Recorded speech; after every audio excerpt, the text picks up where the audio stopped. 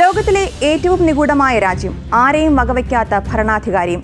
ഉത്തര Korea എന്ന് കേൾക്കുമ്പോൾ തന്നെ ഓർക്കുക ഇക്കാര്യങ്ങളാകും.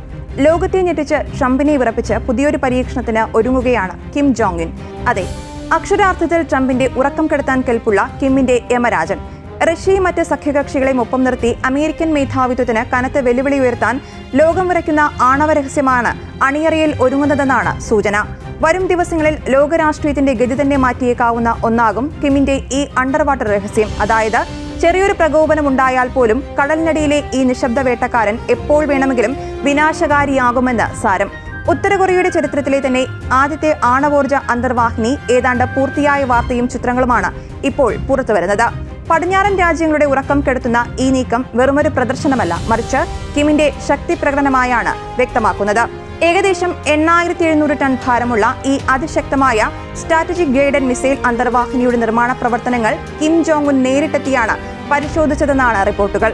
യുഗം സൃഷ്ടിച്ച നിർണായക മാറ്റം എന്നാണ് ഈ നേട്ടത്തെ അദ്ദേഹം വിശേഷിപ്പിച്ചത്. അമേരിക്കയുടെയും ദക്ഷിണ കൊറിയയുടെയും ഭീഷണികളെ ചെറുക്കാൻ തന്റെ നാവികസേനയെ അത്യാധുനിക ആണവ മിസൈലുകൾ കൊണ്ട് സജ്ജമാക്കുമെന്ന് കിം ഉറപ്പിച്ചു പറയുന്നു. റഷ്യയുമായി അടുത്ത ബന്ധം പുലർത്തുന്ന ഉത്തര കൊറിയ തങ്ങളുടെ പ്രതിരോധ മേഖലയിൽ കൈവരിച്ച ഈ മുന്നേറ്റം ആഗോള രാഷ്ട്രീയത്തിൽ വലിയ ചലനങ്ങൾ ഉണ്ടാക്കിയേക്കും. ദക്ഷിണ കൊറിയ സ്വന്തമായി ആണവ അന്തർവാഹിനി വികസിപ്പിക്കാൻ ശ്രമിക്കുന്നതിനും അതിന് അമേരിക്ക അംഗീകാരം നൽകിയതിനുമുള്ള ശക്തമായ മറുപടിയായാണ് ഉത്തര കൊറിയയുടെ ഈ നീക്കമെന്ന് പറയാം. തങ്ങളുടെ പരമാധികാരത്തെ ലംഘിക്കാൻ ശ്രമിക്കുന്നവർ വലിയ വില നൽകേണ്ടി വരുമെന്നും സൈനികമായ നീക്കത്തിനാണ് ശത്രുക്കൾ മുതിരുന്നതെങ്കിൽ നിഷ്കരണം പ്രതികാരാക്രമണം നേരിടേണ്ടി വരുമെന്നും കിം ശക്തമായ മുന്നറിയിപ്പ് നൽകുന്നു. അമേരിക്ക, ജപ്പാൻ, ദക്ഷിണ കൊറിയ എന്നിവർ ചേർന്ന് മേഖലയിൽ നടത്തുന്ന സൈനികാഭ്യാസങ്ങൾ നാറ്റോയുടെ ഏഷ്യൻ പതിപ്പ് സൃഷ്ടിക്കാനുള്ള നീക്കമെന്നാണ് ഉത്തര കൊറിയയുടെ ആരോപണം. കൊറിയൻ ഉപദ്വീപിലെ ആണവ നിരായുധീകരണം എന്ന അമേരിക്കയുടെയും ദക്ഷിണ കൊറിയയുടെയും ആവശ്യത്തെ വെറുമൊരു സ്വപ്നം എന്ന് വിളിച്ച് തള്ളിക്കളയുകയാണ് കിം ജോങ് ഉൻ.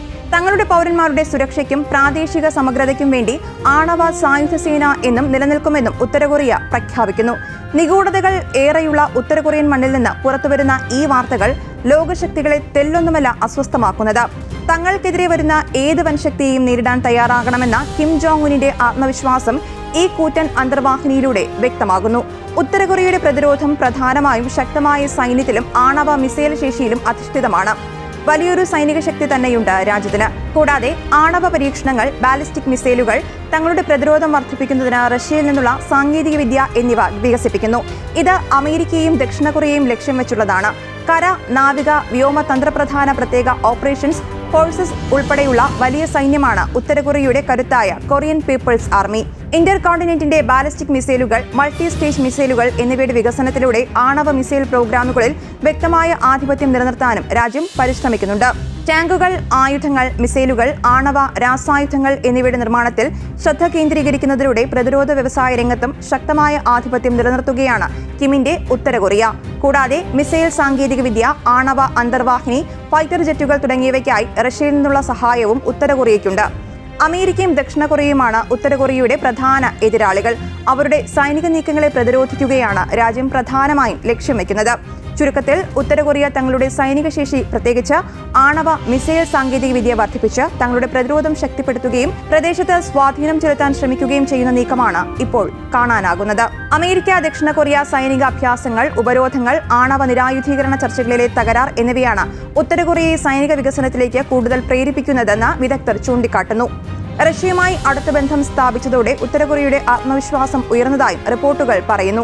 ആണവ ശാസ്ത്ര സജ്ജത വർദ്ധിപ്പിക്കൽ വഴി ദേശീയ സുരക്ഷ ഉറപ്പാക്കുകയാണ് ഉത്തര കൊറിയയുടെ നിലപാട്.